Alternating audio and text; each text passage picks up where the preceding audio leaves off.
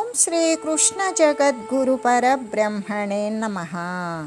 ఓం నమో శ్రీ వేదవ్యాసాయ నమః. ఓం మద్గురు శ్రీ పూర్ణానంద స్వామినే నమః. ఓం శుక్లాం భరధరం విష్ణుం శశివర్ణం చతుర్భుజం ప్రసన్నవదనం ధ్యాయేత్ సర్వవిఘ్నోపశాంతయే.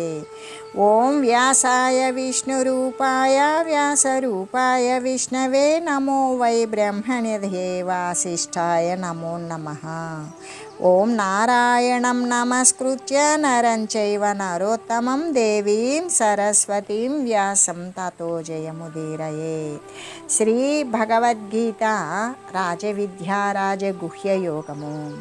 అయితే దృఢమైనటువంటి వ్రతాలు కలిగి మాత్రమే భక్తితో కూడి భగవంతుని యొక్క చింతన చేయాలి అని చెబుతూ, భగవంతుణ్ణి భక్తితో కూడినటువంటి జనులు అనేక రకాలుగా కూడా పరమాత్మను ఉపాసిస్తూ ఉంటారు అని కదా, సేవిస్తూ ఉంటారు అని కదా భగవానుడు తెలియజేస్తూ ఉన్నారు. మరి కొందరైతే జ్ఞానయజ్ఞము చేత పూజిస్తూ ఉంటారు. అంటే ఏకత్వ భావనతోటి, అద్వైత భావముతోటి. ఇంకా కొందరు బ్రహ్మమే వివిధ రకాలైనటువంటి రూపాలతో, సర్వరూపాలతో ఉన్నటువంటిది కూడా బ్రహ్మమే, ఆ దేవతలలో నేను ఏ ఒక్కదానిని సేవిస్తూ ఉన్నాను అనేటువంటి ద్వైత భావంతో కూడా ఈ విధంగా వివిధ రూపాలలో ఎవరు ఏ రూపంలో ఉపాసన చేసినప్పటికీ కూడా వారంతా కూడా నన్నే ఉపాసిస్తూ ఉన్నారు.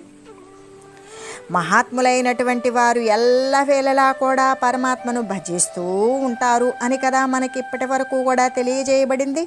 అయితే వారిలో కొందరు ఏకత్వ భావనతోనూ, మరికొందరు అనేకత్వ భావనతోనూ, ఇంకా కొందరు వేరు వేరు రకాలుగా వారి వారి యొక్క సంస్కారాన్ని, వాసనను అనుసరించి భగవంతుణ్ణి సేవిస్తూ ఉంటారు అని కదా మనం ఇప్పటి వరకు చెప్పుకున్నది. అయితే నేరుగా కానీ వక్రంగా కానీ ఎలా ప్రవాహం అనేటువంటిది జరుగుతూ ఉన్నా కూడా ఆ ప్రవహించినటువంటి నదులన్నీ కూడా చిట్ట చివరకు సముద్రాన్ని చేరి తీరుతాయి.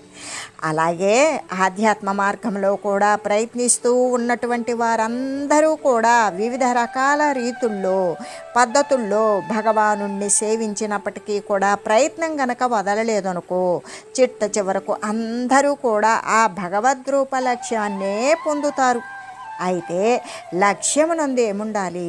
ఏకాగ్రత, భక్తి అనేది అందరికీ కూడా కలిగి ఉండాలి. అసలు జ్ఞానయజ్ఞం అంటే ఏమిటి అంటే బ్రహ్మసత్యం జగన్మిథ్య జీవో బ్రహ్మైవనాపరః అని కదా వేదోక్తి.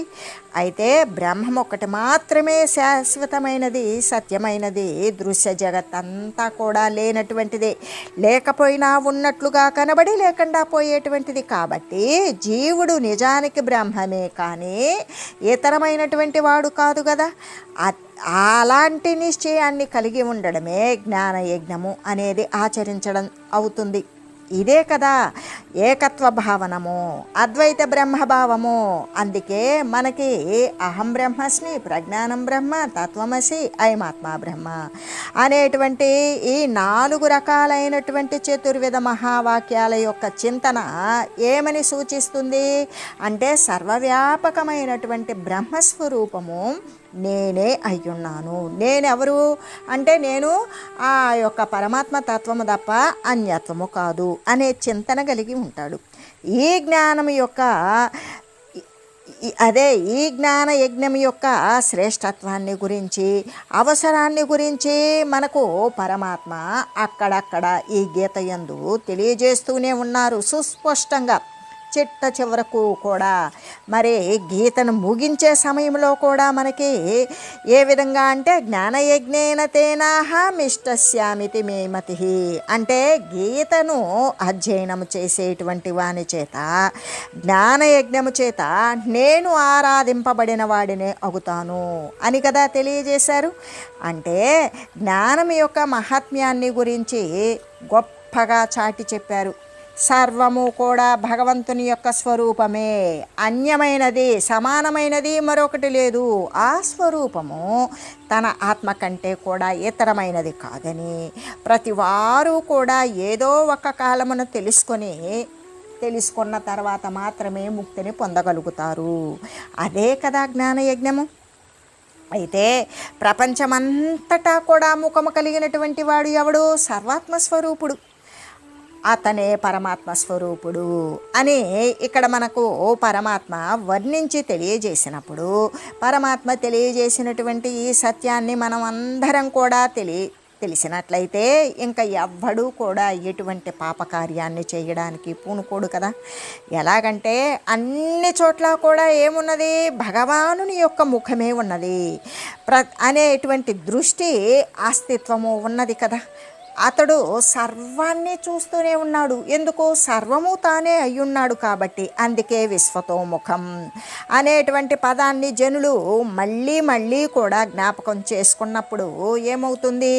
వాడు అనుసరించేటువంటి దుష్కృత్యాల నుండి వాడు తప్పనిసరిగా విరమించుకోగలుగుతాడు, ఆపివేస్తాడు అని చెబుతూ, కొందరైతే జ్ఞానయజ్ఞం ద్వారా ఏకత్వ భావముతో కూడా, మరికొందరు భిన్నత్వ భావముతో కూడా ఈ ప్రకారంగా వారి వారి యొక్క అభిరుచులను బట్టి పలు విధాలుగా భగవంతుడిని అర్చిస్తూ ఉన్నారు.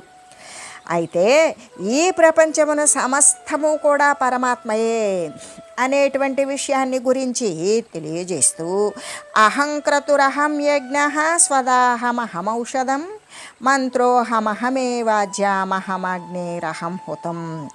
అంటే ఇక్కడ అగ్నిష్టో ఓమాది రూపం అంటే క్రతువు నేనే.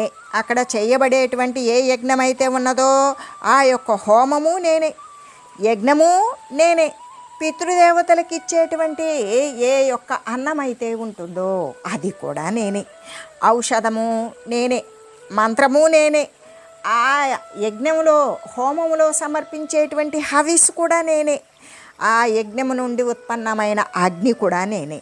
అంటే హోమము చేసేవాడు, చేయబడేటువంటి కర్మ హోత అనేటువంటిది కూడా నేనే అయి ఉన్నాను అని కదా పరమాత్మ తెలియజేస్తూ, అప్పుడు ఏమైంది? సర్వము కూడా పరమాత్మ స్వరూపము కంటే ఇతరమైనది లేదు. చేసేటువంటి కార్యము, చేయబడేటువంటి క్రియ సర్వము పరమాత్మే అయినప్పుడు వేరైన పదార్థము లేదు కదా. పరమాత్మ ఎలా ఉన్నారు అంటే సత్యమై, నిత్యమై, సర్వవ్యాపకమై ఉన్నారు కాబట్టి పరమాత్మ సర్వవ్యాపకులై విశ్వమంతా కూడా ఆయన యొక్క శరీరమే అయ్యుండి ఉన్నప్పుడు సమస్త పదార్థాలు యందు కూడా ఏమై ఉన్నది? పరమాత్మయే వెలయుచూ ఉన్నారు అనేటువంటి అర్థం మనకు చక్కగా సుస్పష్టంగా గోచరపడుతోంది కదా. అంటే ఇక్కడ ఇటువంటి వాక్యాన్ని రుజువు చేయడం కోసమే మనకు దృష్టాంత రూపంగా ఏమని ఒక యజ్ఞాన్ని కైకొన్నారు.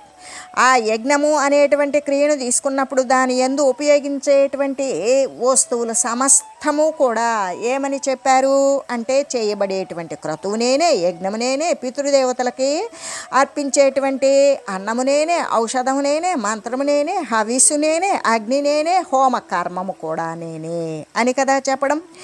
ఆ విధంగా అంతా భగవత్ స్వరూపమే అని కదా తెలియజేస్తూ ఉన్నారు. ప్రపంచంలో సమస్త పదార్థాలు కూడా భగవద్రూపాలే అని దీనిని బట్టి తెలుసుకోవాలి కదా. ఆ విధంగా తెలుసుకొని భక్తి భావముతో కూడుకొని క్రమానుగతంగా దానిని అనుసరిస్తూ వెళ్ళి అటువంటి సర్వాత్మ భావాన్ని అనుభూతం చేసుకోవలసిందే అని చెబుతూ, పితాహమస్య జగతో మాతా ధాత పితామహ వేద్యం పవిత్రమోంకార రుక్సామయజురేవచ. అంటే అప్పుడు ఈ జగత్తుకి నేనే తండ్రిని. జగత్తు అంటే వచ్చిపోయేటువంటిది. ఈ వచ్చిపోయేటువంటిది ఏమిటి అంటే దేహాల యొక్క సముదాయాలు. ఏది? జ అంటే జగత్తు, జ అంటే పుట్టడం, గత్ అంటే గతించడం. జాయతే గచ్చితే ఇది జగత్తు.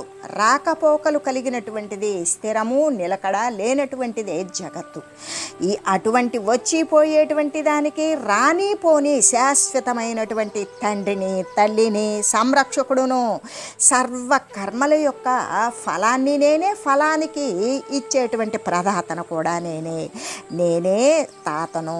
మరీ కూడా తెలుసుకోదగినటువంటి వస్తువును, పావనమైనటువంటి పదార్థాన్ని, ఓంకారాన్ని ఋగ్వేద, యజుర్వేద, సామవేద, అధర్వణ వేదాలు కూడా నేనే అయ్యున్నాను అని చెబుతూ, ఎలాగంటే ఇప్పుడు ఈ జగత్తుకు మొత్తానికి నేనే తండ్రిని అని చెప్పినప్పుడు లౌకికమైనటువంటి బంధువులతో జీవుని యొక్క సంబంధము తాత్కాలికమైనటువంటిది, పరిమితమైనటువంటిది. ఎలాగంటే ఇప్పుడు ఈ యొక్క కదిలేటువంటి జడప్రాయమైనటువంటి దేహాన్ని కదిలించడానికి శరీరాంతర్గతంగా సర్వవ్యాపకంగా అణువణువునందు కూడా పరమాణు స్వరూపంలో సర్వే సర్వత్రా సర్వవ్యాపకంగా ఉన్నటువంటి ఏ శుద్ధ చైతన్య వస్తువు పరమాత్మ స్వరూపం ఏదైతే ఉన్నదో దానితోటే ప్రతి ఒక్క ఈ దృశ్యమాన వస్తువు సంబంధమైనటువంటి దేహాలు సైతం కూడా కదిలించబడడానికి లోపల సర్వవ్యాపకంగా నిలిచి ఉన్నటువంటి శుద్ధ చైతన్య స్వరూపమే ఆధారం కదా. అలాంటప్పుడు ఇక ఏ విధంగా ఉంటుంది అంటే ఈ స్థూల దేహం ఉన్నంత వరకే ఈ యొక్క లౌకికమైన అంటే తాతలు, తండ్రులు, తండ్రి, అన్నదమ్ములు, సోదరులు, మిత్రులు, బంధువులు, భార్య, బిడ్డలు ఇటువంటి వారందరితో కూడా సంబంధం ఎంతవరకు ఉంటుంది జీవునికి అంటే తాత్కాలికమైనటువంటిది, ఒక పరిమితమైనటువంటి కాలానికి చెందినది. అది ఎంతవరకు తన యొక్క స్థూల దేహం పడిపోయేటంత వరకు మాత్రమే వారితో సంబంధం ఉంటుంది. అది పతనమైందనుకో అప్పుడేమవుతుంది, ఆ చుట్టూ ఉన్నటువంటి లౌకిక సంబంధమైన బంధువులతో ఉన్న సంబంధం తెగిపోతుంది. తల్లి కానీ, తండ్రి కానీ, తాత కానీ, సోదరుడు కానీ ఎవరైనా సరే ఆ సంబంధం దేహం ఉన్నంత వరకు మాత్రమే. కానీ భగవంతుని సంబంధం అయితే అటువంటిది కాదు కదా.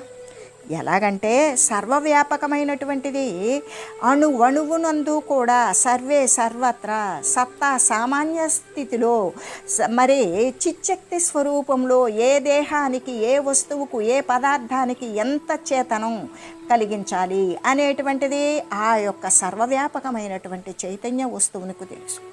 ఆ చైతన్యము అనేటువంటిదే కదా భగవత్ స్వరూపం. అటువంటి భగవంతుని యొక్క సంబంధం అయితే ఈ పరిమితమైనటువంటిది, ఖండితమైనది కాదు కదా. ఎలాగంటే భగవానుడు అనేటువంటి తండ్రి కానీ అంటే భగవానుడే తండ్రి ఏమని, జగత్తు మొత్తానికి నేనే తండ్రిని, నేనే తల్లిని, నేనే సంరక్షకుడును, సర్వకర్మలకు కూడా ఫలాలను ఇచ్చేటువంటి వాడిని, తాతను ముత్తాతను, సర్వానికి కూడా కర్తను భోక్తను అనేటువంటి పరమాత్మతత్వాన్ని గురించి తెలియజేసేటప్పుడు ఇక భగవంతుని యొక్క సంబంధం ఎటువంటిది అంటే భగవానుడే తండ్రి, భగవానుడే తల్లి, తాత, ఎల్లప్పుడూ కూడా భగవానుడు తప్ప ఇతరత్ర శరణ్యం లేదు అని భగవంతుణ్ణి సర్వంగా ఎవరైతే నమ్మి శ్రద్ధ కలిగి ఉంటారో ఎల్లప్పుడూ కూడా ఇక మన వెంటే ఉంటాడు. ఇక అది స్థూలదేహంతో సంబంధమైనటువంటిది కాదు. అదే దైవంతో మన యొక్క సంబంధం బలపడినప్పుడు స్థూలదేహంతో పరిమితమైనటువంటిదా కాదు కదా. ఆ బంధం ఎటువంటిది అంటే శాశ్వతమైనది. ఎందుకు, భగవానుడు నిత్యుడు, సత్యుడు, శాశ్వతుడు, స్థిరస్వరూపుడు, నిశ్చలుడు, అఖండుడు, అపరిమితుడు, అపరిచ్ఛిన్నుడు. కాబట్టి అటువంటి భగవానుడితో సంబంధం అనేటువంటిది శాశ్వతమైనది.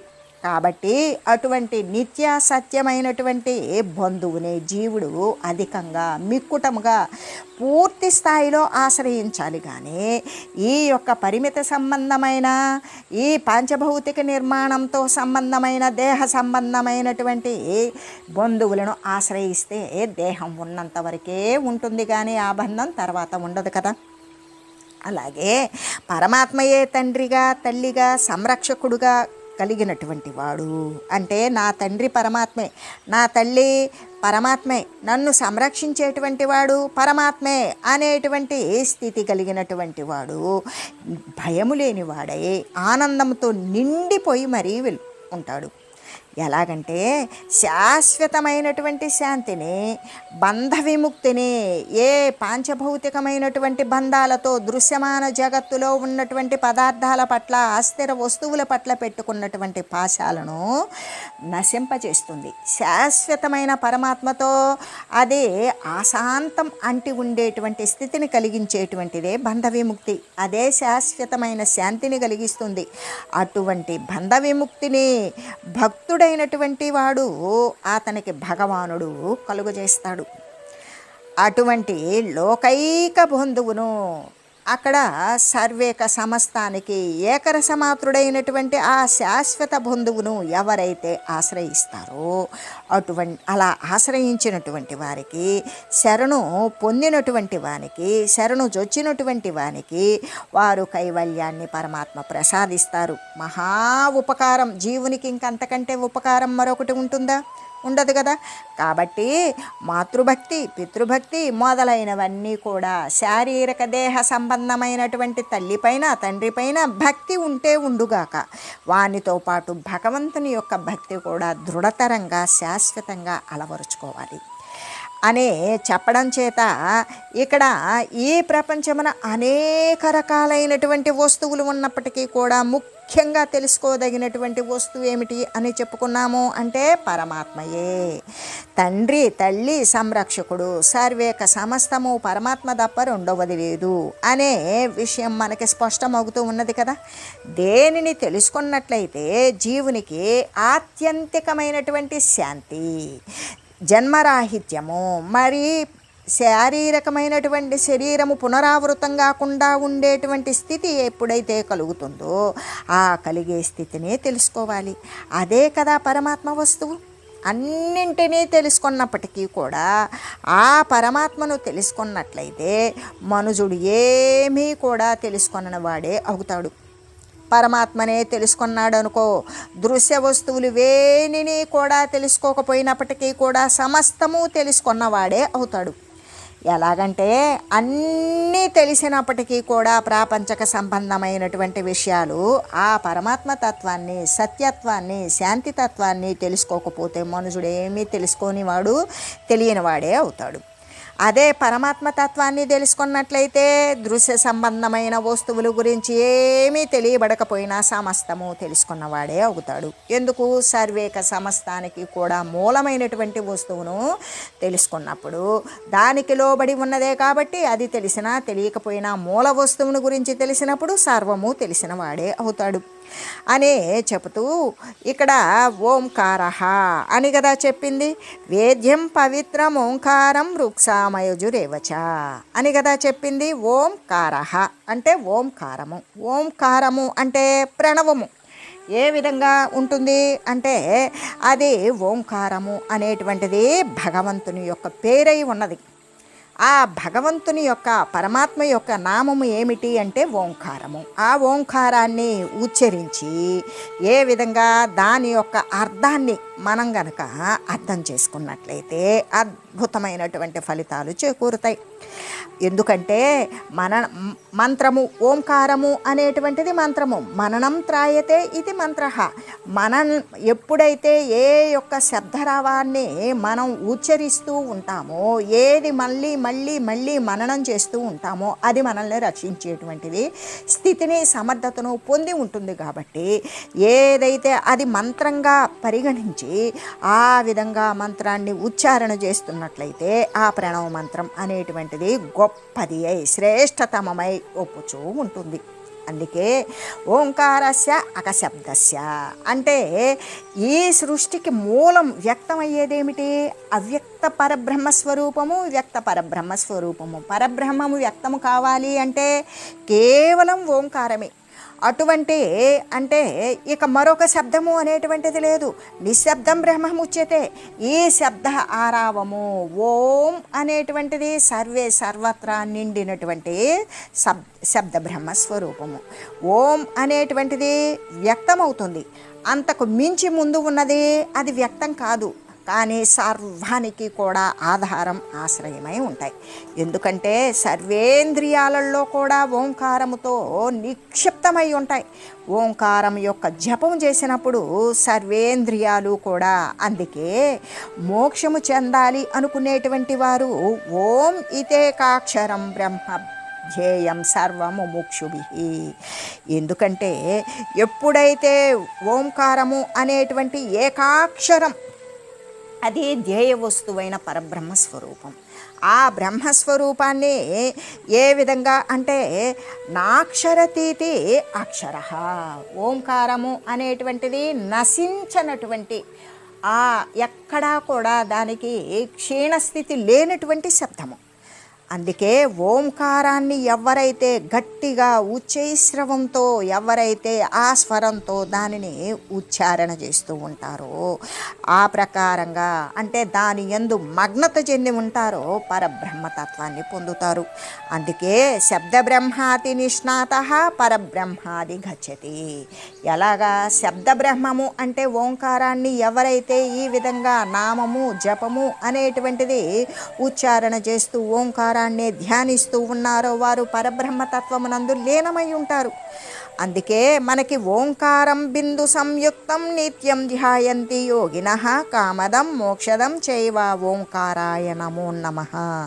ఓంకారము అనేటువంటి బిందువుతో కూడుకుని ఉండి నిత్యము కూడా ధ్యానిస్తూ ఉండి దాని యందు యోగము ఐక్యత కలిగినటువంటి యోగులకు ఓంకారం యొక్క మరి ఆ శబ్ద ఆరావము ఉచ్చారణతోటి ఓంకారము ప్రణవనాదము మనకేమిస్తుంది? కామదం మోక్షదం చైవ. మనం కోరిన కోరికలను తీరుస్తుంది. చివరకు మనకు మోక్షతత్వమైనటువంటి ఆ యొక్క నిర్వాణ స్థితిని కూడా పొందింపజేస్తుంది. కాబట్టి ఎల్లవేళలా కూడా ఓంకారాయ నమో నమః అటువంటి ప్రణవనాద స్వరూపానికి ఎల్లవేళలా కూడా దాని యందు దృష్టి కలిగి దీక్ష వహించి దానిని స్మరిస్తూ ఉచ్చరిస్తూ ఉండగలగాలి. అలా ఉన్నప్పుడు అది ఏ స్థితికి తీసుకువెళుతుంది? ఓంకారం ఊర్ధ్వం ఉన్నా మయతీతి ఇది ఓంకార. ఉన్న చోటు నుండి ఎక్కడ ఉన్నామో అట్టడుగు స్థాయి నుండి కూడా ఊర్ధ్వంగా పయనింపజేస్తుంది ఓంకారం యొక్క ధ్యానము అనే చెబుతూ, అంతేకాదు ఇక్కడ పాదోసి విశ్వభూతాని త్రిపాదస్య అమృతో భువి. ఒక్క పాదమునందు అండము పిండము బ్రహ్మాండాలు మొత్తం కూడా ఉన్నాయి. అయితే మరి మిగతా 3 పాదాలు నిర్గుణతత్వాన్ని పొందింపజేసేటువంటిదే కదా ఓంకారం. అందుకనే యావజ్జీవం జపేన్ మంత్రం ఓంకారం. ఎల్లవేళలా కూడా దానిని యావజ్జీవం జీవి శరీరమునందు ఉన్నంతసేపు కూడా ఎల్లవేళలా జపించవలసినటువంటి మంత్రం ఓంకారం. ఏదైతే మనం నిరంతరం జపిస్తూ ఉన్నామో అది మనకి ఏ విధంగా చేస్తుంది అంటే హ్రస్వో దహతి పాపాని. తక్కువ సమయంలోనే మనకి అనేక జన్మల పాపాలను నశింపజేస్తుంది. దీర్ఘో మోక్షప్రదాయక. ఏ విధంగా అంటే కృతోపాసన సర్వసిద్ధిరస్తు మంత్రం ముందు ఓం అని జపించాలి. ప్రతి మంత్రానికి కూడా ఓం అనేటువంటిది లేకుండా మనం మంత్రం యొక్క ఉచ్చారణ చేసినప్పటికీ కూడా ఒక శరీరానికి శిరస్సు లేకపోతే ఆ శరీరం ఉండడానికి కాళ్ళు చేతులు మిగతా అవయవాలు ఎన్ని ఉన్నా కూడా దానికి ఏ విధంగా ఉపయోగం లేకుండా ఉంటుందో ప్రతి మంత్రానికి కూడా ముందుగా ఏముండాలి అంటే ఓం అనేటువంటిది ఉండాలి. అందుకే కృతోపాసన సర్వసిద్ధిరస్తు మొట్టమొదట ఓం అని చేర్చిన మంత్రానికి సర్వసిద్ధిని ఇవ్వగలిగేటువంటి సమర్థత చేకూరుతూ ఉంటుంది. ఎందుకు అంటే మూర్ధన్య, అది ప్రతి మంత్రానికి కూడా శిరస్సు వంటిది. అందుకే జపే ప్రణవం నిత్యం జితాత్మ జితేంద్రియ అని చెప్పడం. ఏ విధంగా ఓంకారం జపం చేసినప్పుడు మనసు ఇంద్రియాలు కూడా వశపడిపోతాయి. అది ఎల్లప్పుడూ కూడా ఆ యొక్క ప్రణవ మంత్రోపాసన ద్వారా బహిర్ముఖంగా వెళ్ళేటువంటి మన ఇంద్రియాలు అంతర్ముఖానికి మళ్లించబడతాయి మరి అని చెబుతూ మనకు అందుకే మాండుక్యోపనిషత్తులో కూడా ఏమని తెలియజేశారు? ఓంకారం యొక్క ప్రాశస్త్యాన్ని విస్తారంగా తెలియజేశారు. సర్వం ఓంకారం మయం అంటే సర్వము కూడా సర్వేక సమస్తము, ఏది పిపీలకము మొదలుకొని బ్రహ్మ పర్యంతము సర్వేక సమస్తము కూడా నిండి నిబిడీకృతమై ఉన్నటువంటి వ్యక్త పరబ్రహ్మస్వరూపం కేవలం ఓంకారం. సర్వవేదాః యత్పదమామస్యంతి అని కదా చెప్పడం. చతుర్వేదాలలో కూడా ఏమని చెప్తూ ఉన్నారు అంటే ఓంకారం. తపాంసి సర్వాణి యద్వదంతి అంటే ప్రతి ఒక్క తపస్సులు చేసేటువంటి వారు, ఇంద్రియాలను తప్పింపజేసేటువంటి మహర్షులంతా కూడా ఓంకారము అనేటువంటి వ్యక్త పరబ్రహ్మ స్వరూపాన్ని పొందడానికి వారు పరమాత్మ సాక్షాత్కారాన్ని పొంది ఉన్నారు. దేని ద్వారా? ఓంకారం యొక్క ప్రణవనాద ఉచ్చారణ ద్వారా, జపము ద్వారా. అందుకే యవిచ్ఛంతో బ్రహ్మచర్యం చరంతి. ప్రతి ఒక్కరం కూడా బ్రహ్మచర్యము అంటే బ్రహ్మాన్ని, పరబ్రహ్మతత్వాన్ని సాక్షాత్కారం పొందడం కోసం ఈ ఓంకారము, ప్రణవనాద జపము అనేటువంటిది జపించినటువంటి వాడు బ్రహ్మచర్యాన్ని పాటిస్తాడు అని చెబుతూ, అంతేకాదు పత్తే పదం సంగ్రహేణ బ్రవీమి ఓం అని చెప్పడం. అంటే బ్రహ్మము అని అడిగితే సంగ్రహంగా చెప్పేది ఏంటి అంటే బ్రహ్మము ఎలా ఉంటుంది, బ్రహ్మము ఏం చేస్తుంది, బ్రహ్మము యొక్క స్వరూపము, సర్వేక సమస్తము కూడా బ్రహ్మము అని అడిగితే ఓం అని చెప్పడమే కదా. అందుకే మహర్షులంతా ఏం చేశారు? ఆ యొక్క వ్యక్త పరబ్రహ్మ స్వరూపమైన ఓంకార పరమాత్మను పొందడం కోసం, ఆత్మ సాక్షాత్కారాన్ని పొందడం కోసం, పరమాత్మ యొక్క ఆ సాక్షాత్కారాన్ని పొందినటువంటి వారు పొంది ఇంకా కూడా స్వయం తీత్వా పరాం స్థారయతి. ఏ విధంగా వారు తరిస్తారు? వారిని ఆశ్రయించినటువంటి వారిని కూడా పరులను తరింపజేయగలిగినటువంటి స్థితి, సమర్థత కేవలం ఓంకారము, ప్రణవనాద స్వరూపం ద్వారానే వస్తూ ఉంది అని చెబుతూ, సర్వసిద్ధులను, మోక్షాన్ని ప్రసాదించేటువంటి సమర్థత కలిగినది పరమాత్మ స్వరూపమైనటువంటి, పరమాత్మ స్వరూపానికి ప్రతీకగా ఉన్నటువంటి వ్యక్త పరబ్రహ్మ స్వరూపము ఓంకారము అని చెబుతూ, ఓం మంగళం పావన గీతా మాతా జయ మంగళం భక్త జనావణి బంధ విమోచనే భవభయహారిణి భవ్యదాయిని మంగళం. ఓం మంగళం శ్రీ కురుక్షేత్ర రణక్షోణీ విహారిణే పార్థసారథి రూపాయ గీతాచార్యాయ మంగళం. ఓం మంగళం మహత్తు.